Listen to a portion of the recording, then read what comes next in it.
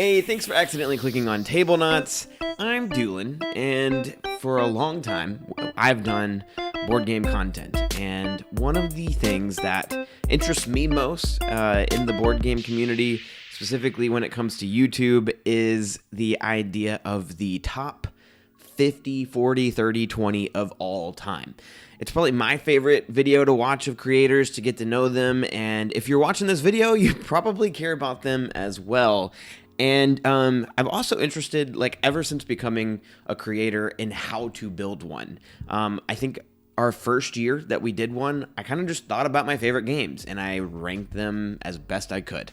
Then the dawn of PubMeeple was created, where everyone seems to be using it. I love it. It's such a cool little, it's free, so if you want to use it, we're not sponsored or anything like that.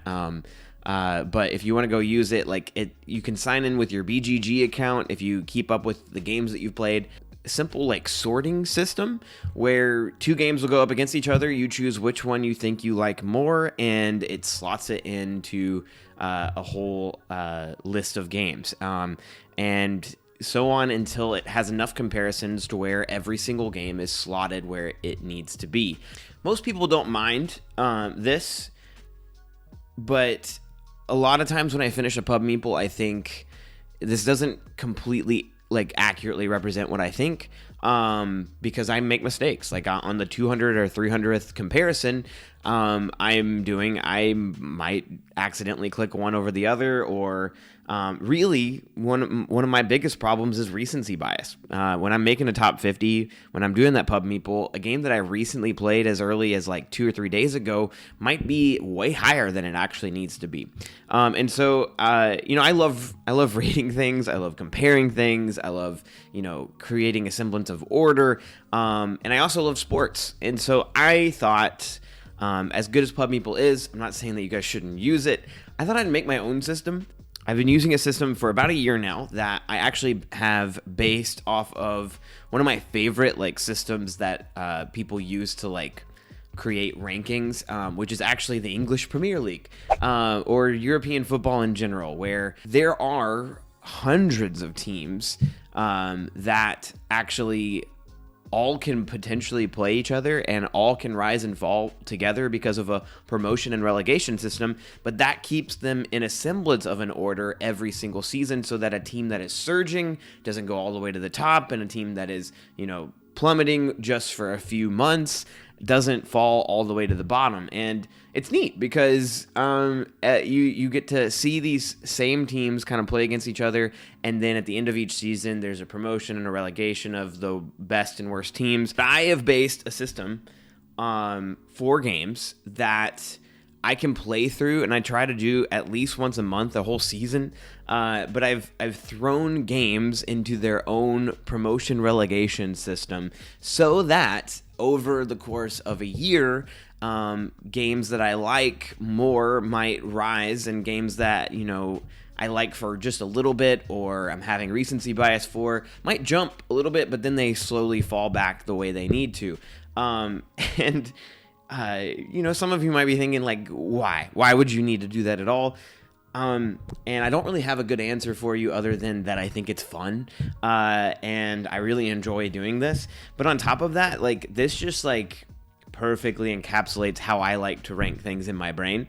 And so I'm going to show you guys. I'm going to open myself up to ridicule here. But on top of that, I'm also going to leave a link in the description for you to do this yourself. And unfortunately, it doesn't quite export out to Excel. It doesn't run in numbers the way that it does in Excel. And so you'll need numbers, but you can actually get it as a free app on your phone, if you have an iPhone, and you can also run it in browser if you don't have a Mac. But if you have a Mac, you're in luck. If you have an iPad, you're in luck too, and you can try it yourself. So I'm gonna show you. All right. So this is the first page, you're gonna want to look at these top tabs over here. I have a explanation with the starts and the promotions and all of that explained, but I'm just gonna take you through it as best I can. On this page, you'll see, ignore these rankings for now. I'm in the middle of a season. We have 1 through 10, we have 11 through 20, 21 through 30, 31 through 40, and 41 through 50. If you're familiar with the Premier League, then you're going to notice that essentially I've created 5 leagues, and then down here I have like just outside of the top 50. They're ready to move in, and I'll explain that in a second. But every season we'll have every single game in a block face off against the other. So Dune will get compared to Root, Veiled Fate, Codenames, Tammany Hall, Arcs, Shatterpoint, Final Girl, Brian Baru, and Rebellion.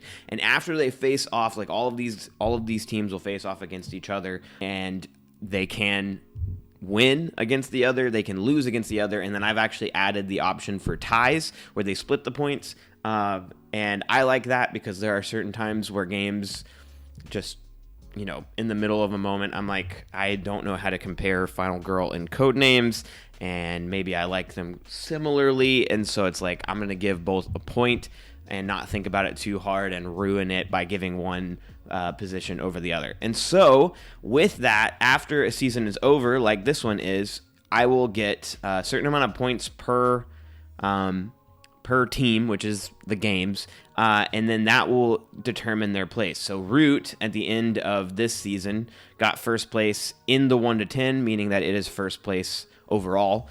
Dune Imperium got second out of 1 through 10, therefore it is number 2 game overall. 3 was Brian Baru, which might surprise some of you, but I am loving Brian Baru right now. Like, it is a fantastic game. 4 is Veiled Fate. 5, Tammany Hall. Still love that game. 6 is Final Girl. 7, Shatterpoint. 8 is split between Arcs and Rebellion. Arcs is also a newcomer from a couple of months ago. And then last place is Codenames, which is still 10th out of 10. And then over here has not been completed yet because I don't have it done over here. But I'm going to take you through my 11 through 20 and show you how they're compared. So we'll go. We'll find the tab up here. We'll click on it. And then we'll go all the way to the top. And I'll show you real quick in 1 through 10. I have a block that it kind of explains how to do this. But I'm going to show you. You have the creator right here. Green blocks. You'll see. Actually, let's take this one step at a time. Each of these are divided up into categories and each of their games. So you have all 10 of the teams that are in my 11 through 20, including Cthulhu Death May Die all the way up to Castles of Burgundy. Green blocks, you'll see the team name here, and then the team that they're facing. Green blocks, every team gets at least 2 points for the whole season because they're going to have to face themselves. Consider this like your bye week, or something like that. But then those you don't want to touch, just leave them be, 2 here. And then down here it'll show you, or right there, it'll show you your total.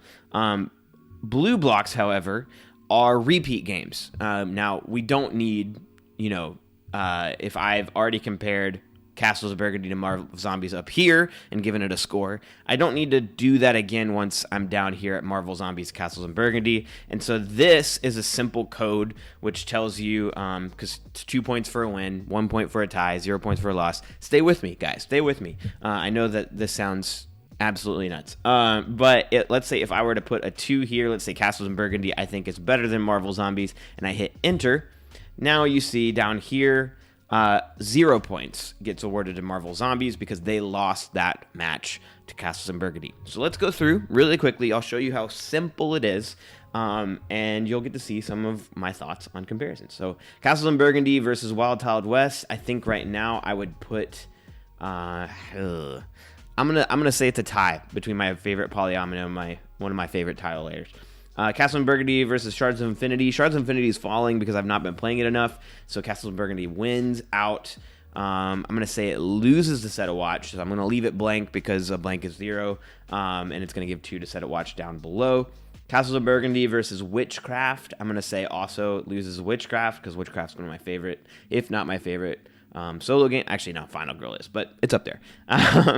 And then Castles of Burgundy versus Suspects. I'm gonna say I'm gonna say a tie. Castles of Burgundy versus Tainted Grail. I'm gonna say another tie. No, it wins out over Tainted Grail. Tainted Grail's falling for me a bit just because I haven't played it in a while. Castles of Burgundy versus Monikers. I'm going to say it loses to Monikers, and I'm going to say it loses to Cthulhu Death May Die. Now, we got to go down to our next lowest blank, which is in the Marvel Zombies game. So we're going to compare Marvel Zombies versus Wild Wild West. I'm going to say it loses to Wild Wild West. I'm going to say it beats Shards of Infinity. It's going to lose to Set a Watch, lose to Witchcraft, lose to Suspects, lose to Tainted Grail, lose to Monikers, and lose... why did I say that so fast? Guys, I think right here I'm officially saying Cthulhu Death May Die is better than Zombicide. And I'm going to stick with it. I'm going to put Cthulhu Death May Die over it for now. This is the way the system works. Marvel Zombies can't fall very far. I'll talk to you about it in a second, but that helps with maybe some... Maybe I'm thinking correctly. Max would say so, but maybe I'm not. Anyway, Wild Wild West versus Shards of Infinity. I'm gonna say Wild Wild West is better. I'm gonna say it ties Set a Watch and loses to Witchcraft. And I'm gonna say it beats. That's hard. Beats Suspects. I'm gonna say it ties Tainted Grail. That's so hard. I'm gonna say it ties Monikers, and then it loses to Death May Die. Then we're gonna go to Shards of Infinity versus Set a Watch. We're gonna say it loses to Set a Watch. I think it's gonna lose out. I think Shards of Infinity's fallen. Set a Watch versus Witchcraft. I'm gonna say they tie for now. I can't make a decision between those two yet. I'm gonna say Set a Watch beats Suspects, ties Tainted Grail, beats Monikers, and beats Cthulhu Death May Die. It's one of my favorites. Witchcraft is going to beat Suspects, beats Tainted Grail, beats Monikers, and beats Death May Die. And then Suspects is going to tie Tainted Grail. It's going to tie Monikers. I'm going to say it loses to Death May Die. Tainted Grail is going to lose to Monikers and tie Death May Die. This is tough, but I know these are probably all going to be around that middle range anyway. Monikers versus Cthulhu Death May Die. I'm going to say Death May Die. Why not? Death May Die. All right. Now we're going to go back to our top 50 after we filled this out. And I'll show you that, the bottom game is going to have all of its games filled in for it because of all the games above it. So we're going to go here, and you'll see that everything's changed. So it's going to show you points based off of what you'd filled out in that tab. And it'll tell us our place of games. So we have Witchcraft and Set a Watch. Clearly today, in my comparisons, I'm feeling a bit solo-y. So we have Witchcraft, then Set a Watch, then Death May Die. And keep in mind, this doesn't mean that it's my third favorite game of all time. What it means is it's third in the 11 through 20 range. So that means 11th place was Witchcraft, 12th place was Set a Watch, and 13th place was Cthulhu Death May Die. So 13th game of all time, 14th was Monikers, tied with Wild Wild West, and in this case, if I was making my top 50, I would have to make a judgment call of which one that I would put one over the other, and I think I'll try to lean more towards the game that I've played longer, or the game I've played more. And then Tainted Grail would be 16th, tied with Castles of Burgundy. So really, I think Castles of Burgundy would be 16th, then Tainted Grail 17th, 18th would be Suspects, 19th Marvel Zombies, and 10th place Shards of Infinity. Now, I want to tell you what would happen. I'm gonna click down here that I've finished 11 through 20. I'm gonna tell you what would happen if I finished all of these. So let's say all of this is filled out, even though it's not. At the end of a season, we're going to do promotion and relegation. So games aren't going to stay in their little blocks. And you can do as much as you want. I'm going to do 2 up, 2 down. So 1 through 10, they have nowhere to go up. So 1 and 2, they stay where they are. But the 9th and 10th place games, which is either Rebellion or Arcs and Codenames. So Codenames for sure. And then I'm going to make the choice of Rebellion because I've played Arcs. I played Rebellion sooner, or not, sorry. I played Rebellion more. Arcs and Codenames will relegate. They'll go to the next lowest league, which would be the 11 through 20. And my 1 and 2 of 11 through 20, which is Witchcraft and Set a Watch, would replace them. So I'm going to show you how I've automated all of this. I'm going to take my my first game, which is Witchcraft, and my 10th place, which is Codenames, and I'm simply going to do enter in their names there, and then I'll go, and every single instance of code names is replaced with witchcraft in 1 through 10, and 11 through 20. Every single instance of witchcraft is going to be replaced with code names. Perfect. And then if I do that with the other two, it would do the same thing for me. I don't want to, mainly because I haven't finished a season, so I want to save this where it's at. There we go. All right, so that would happen all the way down. So 11 through 20, their bottom two, which is Stars of Infinity and Marvel Zombies, would get replaced with whatever wins out in the 21 through 30 range. Then their bottom two would drop to 31 through 40, and so on and so forth, until we get to 41 through 50, where their top two will go to 31 and through 40, but their bottom two will drop out of the league entirely. They'll drop to this group, as long as I feel like they have the potential to jump back in, which most of the time they do. They'll jump back in, and I'll choose two of these games. I'm getting a little, like, once I'm outside of the top 50, I'm a little less caring in terms of their order. And I'll choose two games from here that I think could replace it. Right now, I think my top two down here are Biblios and Joyride. Joyride I feel really good about. Darwin's Journey is up there. It's growing. I mean, Anachrony is great. Distilled. All of these are games I could see potentially rising into my top 50. And I have how many here? 1, 2, 3, 4. And we also have 2 through 15, which would mean I have 14. So 14 times 4 is 28. 28 plus 28 is 56 games. So really, I have a top 106, but just 51 through 106 are not in order. And then down here, I have my games that are, there's 28 and oh wait, I have a calculator right there. I'm an idiot. And then I have 28 games that I think could be there. I just need more than one play. Or maybe one more play, because I maybe played it more than once, but I just don't feel comfortable about it yet. And so that is how I craft my top 50. I think it's fun. And obviously you just saw that, like, I only did 11 through 20, but it was really quick. And if I jump in even just once a week and do one of those, I would finish a whole season in about a month, which means, after 12 seasons in a year, which I'm going to be doing more of because I love doing this, there will be a lot of moving parts, but you'll notice that games can only drop one league spot, meaning that if I'm really low, like right now I'm really low on Shards of Infinity, but it's not going to just drop out of my top 50 immediately. It'll slowly fall out, and I'll have to compare it against all of these games over the course of months, and then decide, like, do I really feel that way, like that strongly about it, or is it just maybe something I feel right now? And I don't know. I'm not saying it's the best way to do it, but I'm saying it's really fun. Give it a try.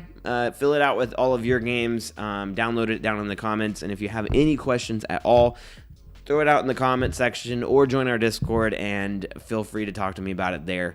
If you think it's just absolutely weird, you're more than welcome to think that. Like, it is probably really strange and unnecessary, but I enjoy it. I have a fun time with it, and I feel really good about this. So thanks for listening all the way up to this point and for watching. We really do appreciate you, and we'll see you next time.